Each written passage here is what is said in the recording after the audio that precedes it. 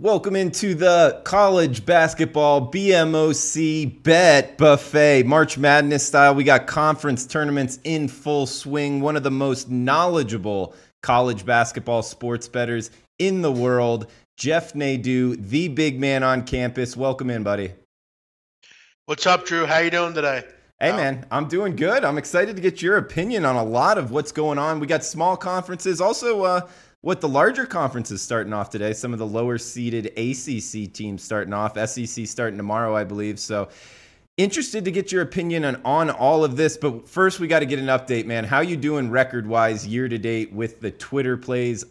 You're giving out free at Jeff Nadeau. Yeah, I'm doing pretty well, Drew. I'm up, what am I, 40.2 units or so.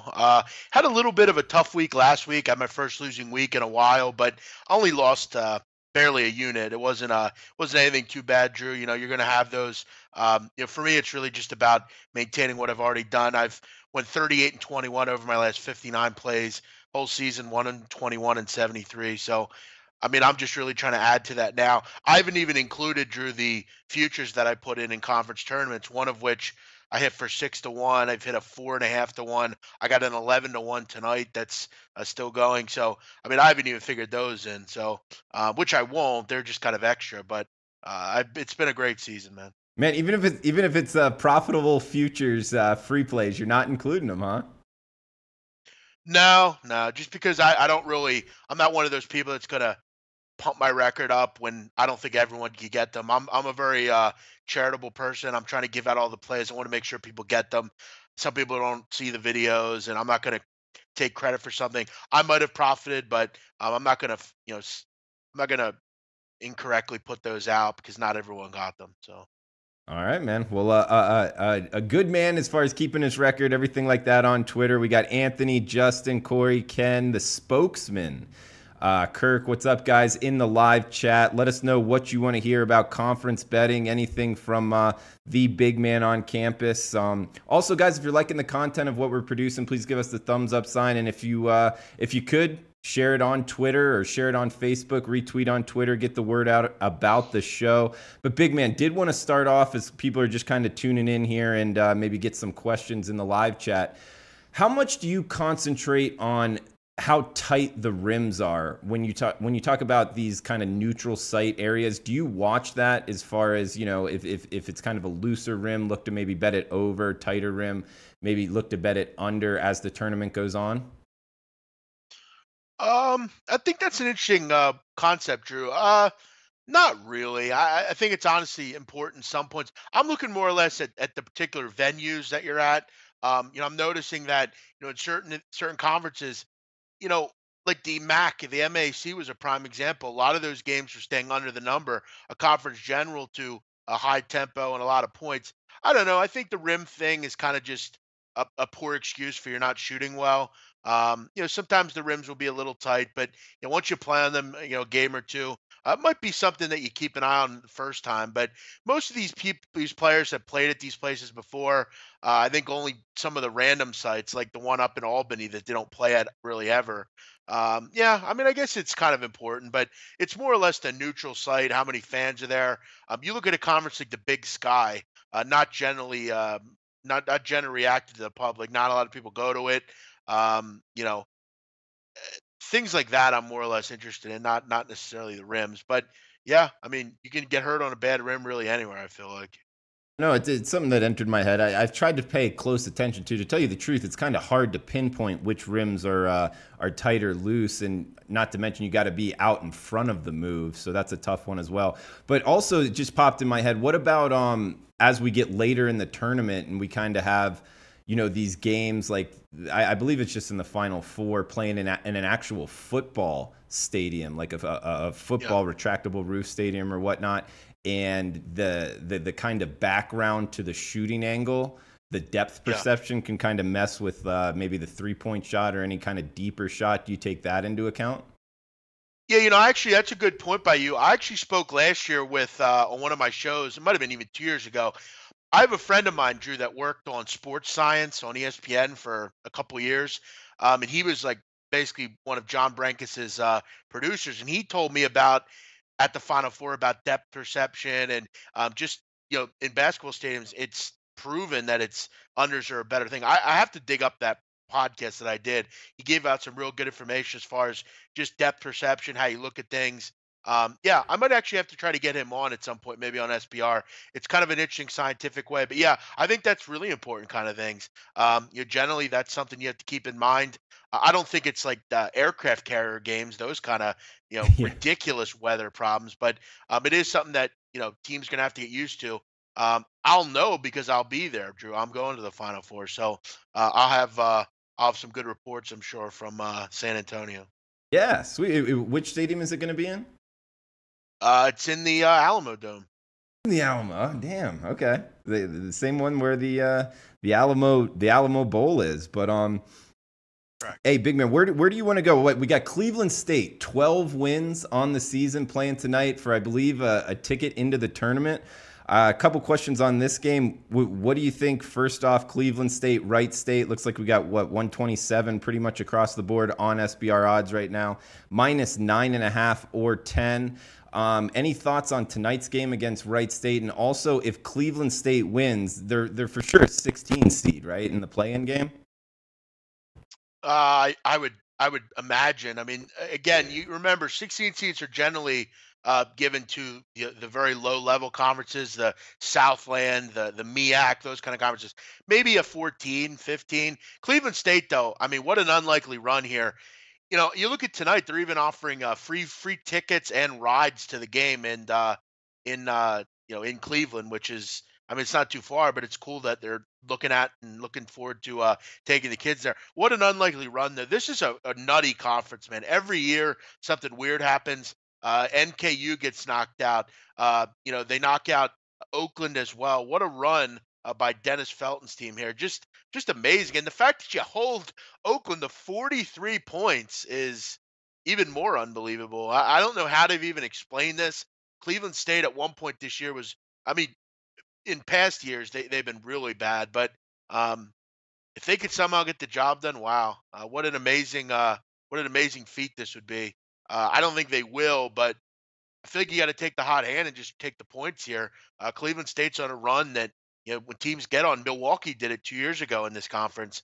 Um, Pretty amazing. I don't know what else to say. Yeah, no, it's pretty crazy what's going on there. Hey, we got Del Toledo in the chat box saying he's got South Dakota State, best player in the court. You like that bet tonight? Yeah, I'll agree that he is the best player in the court, Mike Dom, but I don't agree that it's the play. I like the other side personally. Clayton Hurst is back for South Dakota, one of their better defenders. He's a guy that I think will be able to handle Mike Dom. Listen, you're not going to be able to stop Michael Dom. He's an elite player, and he's a kid that I think, Drew, I like try to give the kids that don't really have a voice. I try to talk about them. Mike Dom doesn't necessarily have a voice. He's a great player that no one knows about. He's on pace to be the all-time leading scorer in college basketball history. He'll do it next year at South Dakota State. He's also been on an esteemed level, Drew. He's actually a guy that scoring wise, rebounding wise, he's doing the numbers like Kevin Durant was doing when he was at Texas. He's just been an unbelievable player at South Dakota State. However, I think South Dakota is the better all around team. They're better defensively, and I think they can handle Dom. I don't know if they'll shut him down, but I think they can surely handle the Dominator. You look at the first time these two teams played, South Dakota crushed South Dakota State. I think that's a better indication of what's going to go on here tonight. I just trust them more defensively. Offensively, they're very good. I just can't trust South Dakota State. Without Mike Dom, I think they're too up and down as far as streaky to say that I can trust them here. I think South Dakota's the play. All right. Well, good stuff, Del. Thanks for the question. Big man, what about small conference tournament games tonight? I mean, you got anything on Stony Brook, Vermont, LIU, Brooklyn, Wagner? I know you've been involved with these teams, throughout the season. What about tonight? Anything you want to throw out there? Yeah, I'm in an interesting spot with LIU Brooklyn. I have them at 11-1 to win this conference, but I also have Wagner at -120 to win it as well. So I'm basically in a very good spot with this game. But I got to tell you, I really like LIU plus 9.5 in this game. I like them at 8. It's up to 9.5. I think the public's coming in. They look at records. They don't really look at what LIU is going to do. LIU is a real bad matchup for Wagner. It's probably the only team they didn't want to see in this game. You look at the two games this season they played. Long Island beat them one time and lost by 4 in the other. This is a New York City matchup. Staten Island, Brooklyn. LIU is really good tempo wise. They want to push it. They're going to press the hell out of you. And what I like about Long Island, Brooklyn as well, they know how to handle presses. Their coach, Derek Kellogg, did it at UMass. He was able to really teach his kids about press offense as well when they're pressing you. Both these teams are going to press. Um, for me, I just think these conferences are generally this one, the NEC, it's generally a close game. I'll probably play Long Island, Brooklyn at +9.5. I just think it's too many points. I think both these teams are kind of mirror images of themselves. I think Wagner's a team that is slightly better, but for me, Long Island's playing some fantastic basketball. They're able to break presses. I think they'll hang in this game. But I'll be rooting that LIU can win. If they win, I'm getting paid tonight. Anything like on the venue tonight that you might think might be an advantage for either LIU or Wagner? Well, it's in Wagner, so I mean that's obviously something that you got to keep in mind. This conference, the higher seed, like the America East with Vermont, those teams host this game. So obviously you're going to have a home game here, but LIU is kind of been able to keep it close. You keep in mind, you also that in Wagner's last 6 conference tournament games, they've lost 5 of those. So they haven't really done well here in the conference tournaments. They've done well in the season, but um, it's not been a great place. I just think this is a closer game than people think. I don't really, the move you're going to get in this game, most of this is public money betting. Betting Wagner here. They're looking at the numbers. They're looking at little things like records and stuff that really don't matter much. And they're pumping this number up. I'd love to see double digits here. I'll be able to take LAU Brooklyn an even better number. Okay. What about maybe another small conference game? You got anything on Hartford or Mississippi Valley State down there? Arkansas Pine Yeah, Bluff? yeah. I'm really considering boycotting the SWAC. I think it's a tremendously backward league, and I'm sick of the political bullshit that goes on in this conference. You have a team in Grambling who deserves to be in this conference tournament. They're the best team in the conference, but due to the ridiculous APR bullshit that these teams have to go through, where they're literally pimped out by their teams to go play games, and their classwork struggles. It's not the student athletes' problems. You're punishing them for no reason. It's pathetic. It shouldn't be happening. And this is where the NCAA really has it backwards. How can you punish these kids for making them go and play to pimp out for your university to make them money? Their classwork suffers. And then at the end of the season, because they're not doing well in school, you put out the whole, oh, you're not going to play a postseason play because of poor academic performance. Get the hell out of here. It's bullshit. It shouldn't happen. It's unfair to the students. It's unfair to kids that will never play at the next level. They play it because they love the game. You pimp them out to make money for your own poor athletic programs, and the kids are the only ones that suffer. And we suffer as viewers because we're not going to get to watch the best teams in this conference. Grambling's one of the best teams. It's a fucking crime that they're not in this tournament. It's sickening. Big man, I don't ever want to hear anybody say you don't care about college basketball. Hey, we got Isho saying in the chat box, why is Bet Online not working? WTF. Isho, make sure to check out the SBR forum there. They got all information on all the sports books. If there's any issues, that's kind of like what SBR was really built off of, is helping you in those situations. Bet Online was actually working for me yesterday, so I haven't logged in today, though.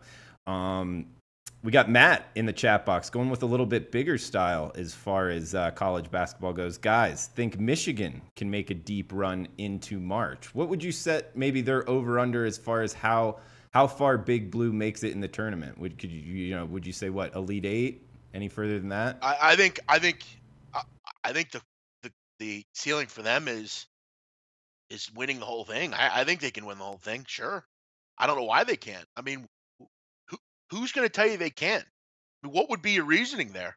There's no guaranteed team. There's no team that is better than everyone else. Michigan's playing fantastic. The only concern I have with the Wolverines in this tournament is just the weight they have to have between they're winning the conference and now they got to wait basically 2 weeks to play their first game. That's kind of a bit unfair, but I think that's the only thing that might set them back. But defensively, they're very good. They've learned how to basically play offense the right way. They're getting a ton of production from their bench. They have, to me, the best coach in the country right now in Beeline. I think their ceiling is wherever they want to go. I don't think they have a ceiling.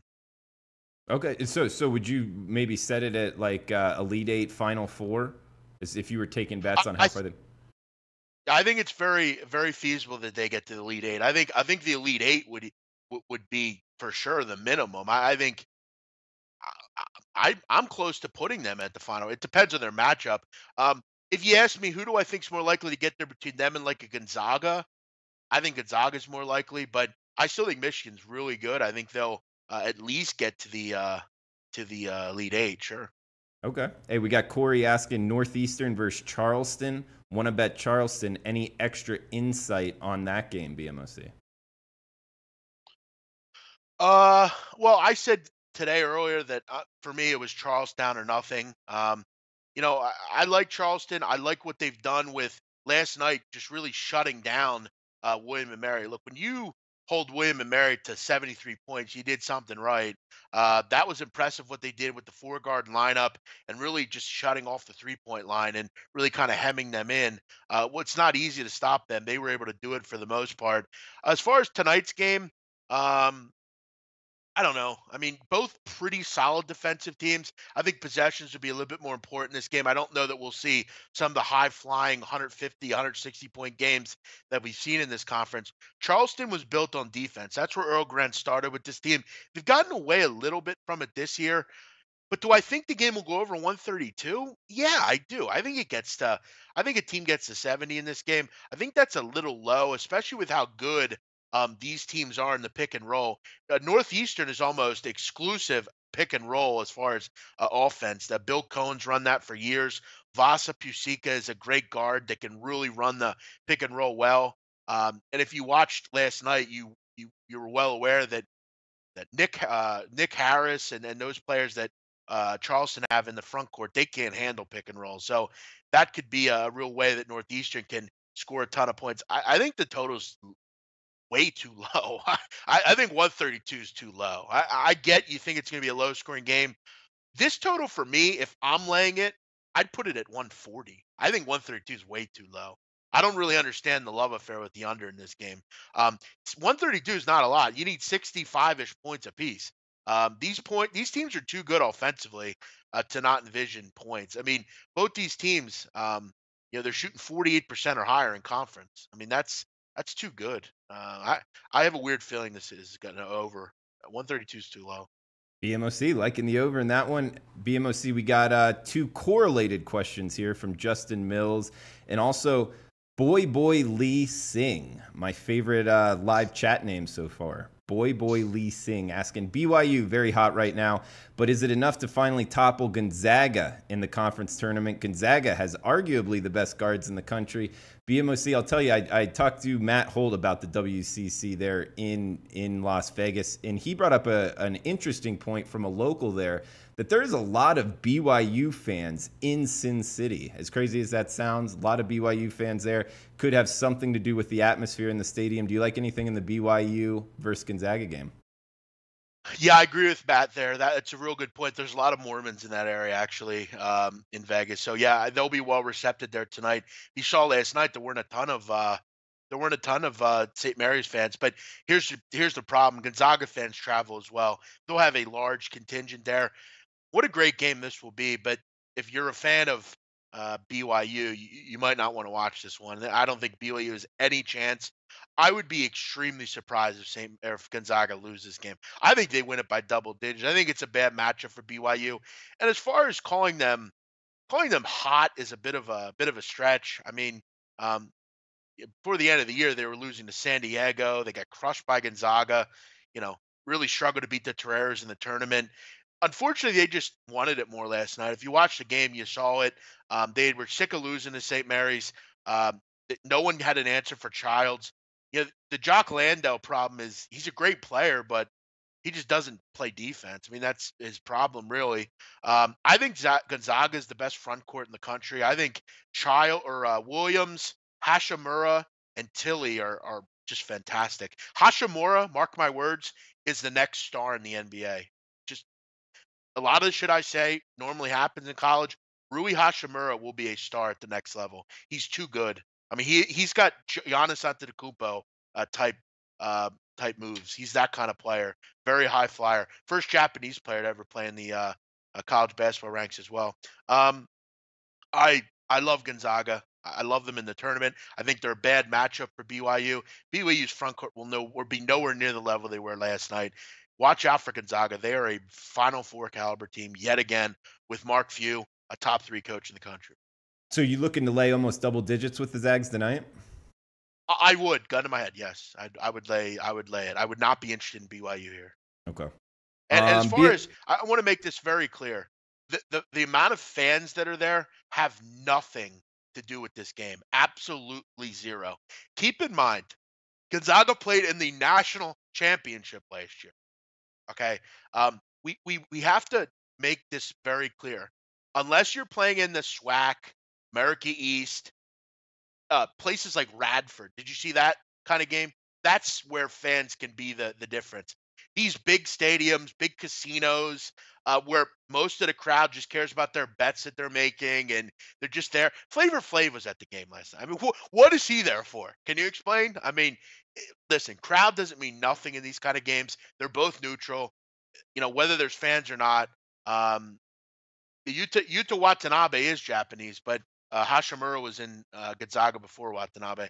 But yeah, I don't think it's much of an issue here. Crowd doesn't mean anything. All right, BMOC. Well, guys, we got 200 people watching right now. Really appreciate it. Thumbs up if you're liking the content, please. We got Kyle cracking big jokes in the live chat box. Shout out to you, man.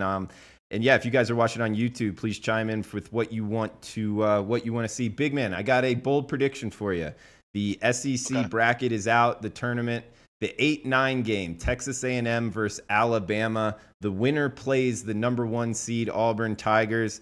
Bold prediction, that with the winner of the Texas A&M Alabama game takes down the number 1 seed Auburn. Auburn one and done in the SEC tournament. I don't think it's an actual bad thing for them. Get more rest for the tournament. Do you think that happens? I don't think it's out of the question, Drew. I think that's kind of a bold prediction, but I don't think it's that bold. I mean, Auburn has struggled down the stretch here. You and I both know that. I don't think that's hard to believe at all. Do I think that those teams will win the conference? No, I don't. But I don't think it's out of the question to think that one of those teams. I'll tell you what, Alabama better find a win here soon. They need a win or two under their belt. I don't think that they can. It's going to be tough for them to just waltz into the NCAA tournament. I think you got to beat Texas A&M. I think you got to maybe even beat Auburn to really solidify yourself. If Alabama lose tomorrow, I don't. Or on Thursday, I'm not really sure you can justify them at this point. I mean, they're really kind of getting to the bubble. They're actually, I think, one of the last 4 in at this point. They need a pretty good performance. They can't slip up tomorrow or whatever it is. Yeah, well, I mean, Auburn went 1-1 against Alabama in the regular season, 0-1 versus Texas A&M, so 1-2 against the two, and that's who they're going to be slotted to play against one of them in round 2. So I think it could be trouble for Auburn. But again, I mean, Auburn's banged up, not many big men, so I think not many big men. So I think that it might not be that bad of a thing for him to kind of just get more rest going into it. And I've talked about it before. I think Alabama's a pretty good matchup for Auburn generally.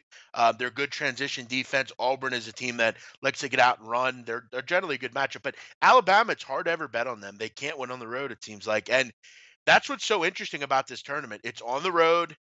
You have 4 or 5 teams that could win it. You got to look towards teams that can win on the road. I'll tell you the team that I think is going to win this conference. I think Missouri is going to win this conference. I'm very high on them in this conference. I think they're a team that has already proven that they're pretty good without Michael Porter. You add Porter into it. Listen, coming into the season, I thought Michael Porter was the best player in the country. I thought he was going to make an immediate impact. I would have took him over Ayton, anybody. I still would take him top 3 if I'm a team in the NBA and he comes out. Michael Porter's a transcending talent that you put him on this team initially with his brother. They already know how to play together.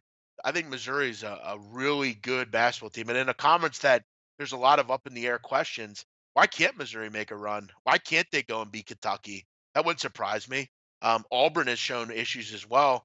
I think Missouri, Florida get to the final. I think Missouri wins. Okay. And what about your pick in the ACC tournament? Anything out of the ACC? Yeah, I went with Duke in this conference. I think I think if they can get good guard play, they'll beat Virginia in the final. If you look at the game that they played about a month ago, their guards weren't good enough. I think Trevon Duvall, Grayson Allen, and Trent are playing better.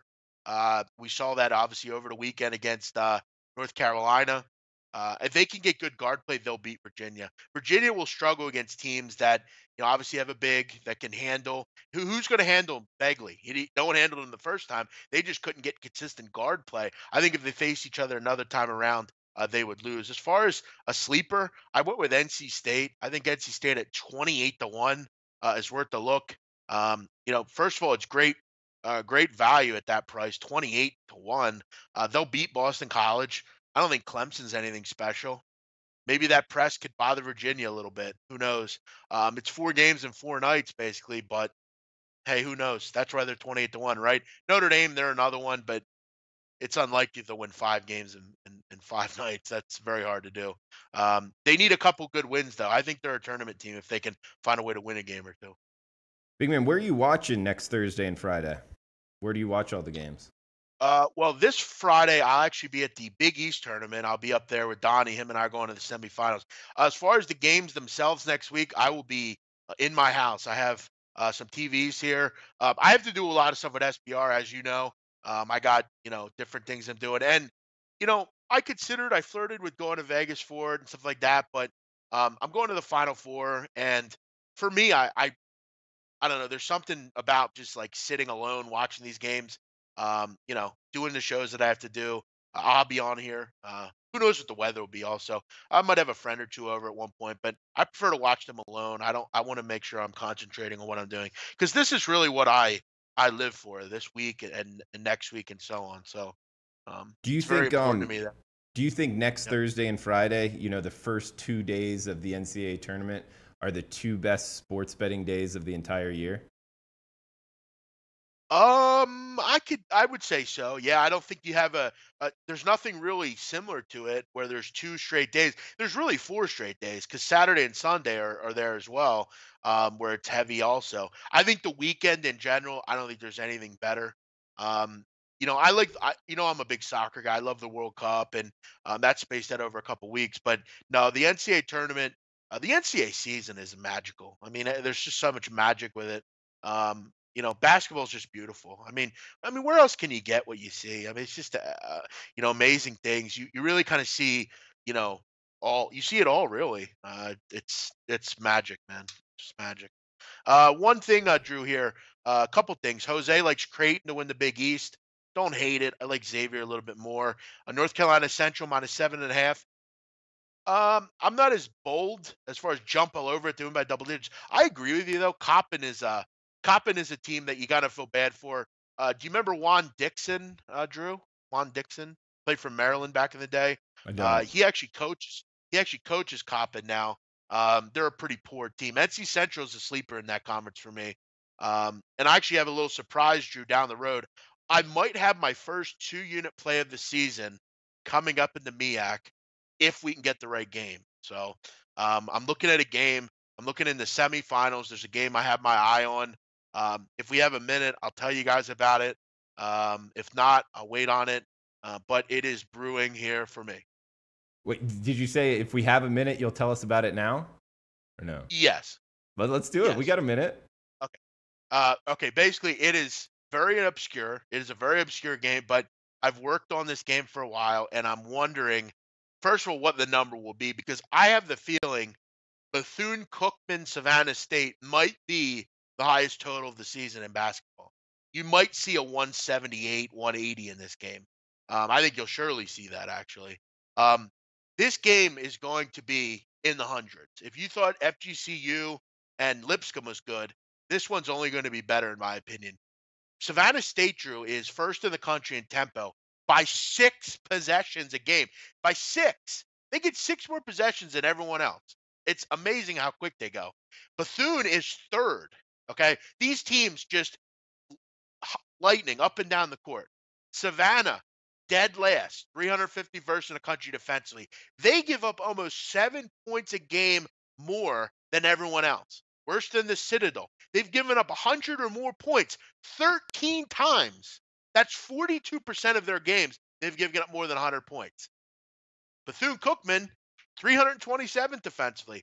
What's so amazing about Savannah, Drew, is they throw up 42 threes a game. A game. I've seen games where they've shot 60 threes. You're going to see a lot of points in this game. It's just the truth. It's just the end of it. First game they played, they scored 213 points combined. I'm all over this one. I'm hoping we can get this game because I think you'll really enjoy it. The MEAC is a conference that not many people watch, but I'd urge you, ESPN3, whenever this game is, make sure you watch it. Okay, it's not showing up though. When would this game be? This game, if everything goes to plan, so if Savannah State beats NC Central and Bethune beats Morgan or South Carolina State, this game would be on March 9th. So Saturday it would be. Saturday, bet the opener of over blindly. Yeah, correct. Right. Yes. BC Savannah State. I'm following. I mean, you got to just look. I mean, Savannah State is just. I mean, it's amazing. They're probably the most fascinating team I've ever seen. Like at this level, like they're just really fascinating how quick they go. 87 possessions a game. That's crazy, man. Like that's so fast. I mean, that's 7 possessions faster than the Citadel. I mean, that's amazing.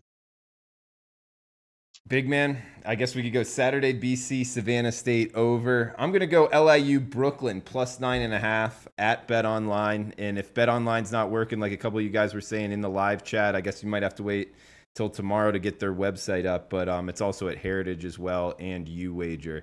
Big man, you want to throw Kyle asking Savannah State as in Savannah, Georgia. I do believe that's where it is, right? Yes. Savannah is actually also they're actually in their last couple of years at D1. They're actually going down to D2. So Savannah won't be around for much longer. So get a cash in. Savannah, it's a sleeper town. If you're ever in that area of the country, it's a great place to. Oh, it's beautiful. Beautiful state, South Carolina, I've heard. I've never been there, but I heard it's very nice. Yeah, no, Savannah's in Georgia, right next to Charleston, South Carolina. They're both beautiful. Right. No, it's a great area of the country. But hey, big man, you want to throw out anything else before we shut this down? No, Drew, always appreciate it. I know we have a lot of coverage coming up for the Selection Sunday and for all the brackets and stuff. You and I will be doing some stuff. We get the roundtable tomorrow, which will be full and chocked full of college basketball knowledge. So make sure you check out that. We get a little baseball we'll be chatting about as well. Great time to be alive. What do you want to do? NL West or NL East tomorrow? Preview. Why don't we do the NL East? That's Donnie's favorite conference with his Phillies. NL East, let's do it. All right, NL East tomorrow on the roundtable. We got roundtable best bets as a group up over 65%. That will be tomorrow, 10 a.m. Eastern, 7 a.m. Pacific. Myself, Big Man, Donnie, Ian on. We'll be giving out free plays and talking college basketball conference betting, a little MLB previews as well. Guys, thanks for tuning in. We appreciate it. Thanks for all the thumbs up. And if you were able to share on on your Facebook, Twitter, that helps us out as well. For Big Man on Campus, at Jeff Nadeau, I am Drew Martin. Thanks for tuning in. We'll be back next week, same time, same place, talking the NCAA tourney. Thanks for tuning in, guys. Thank you.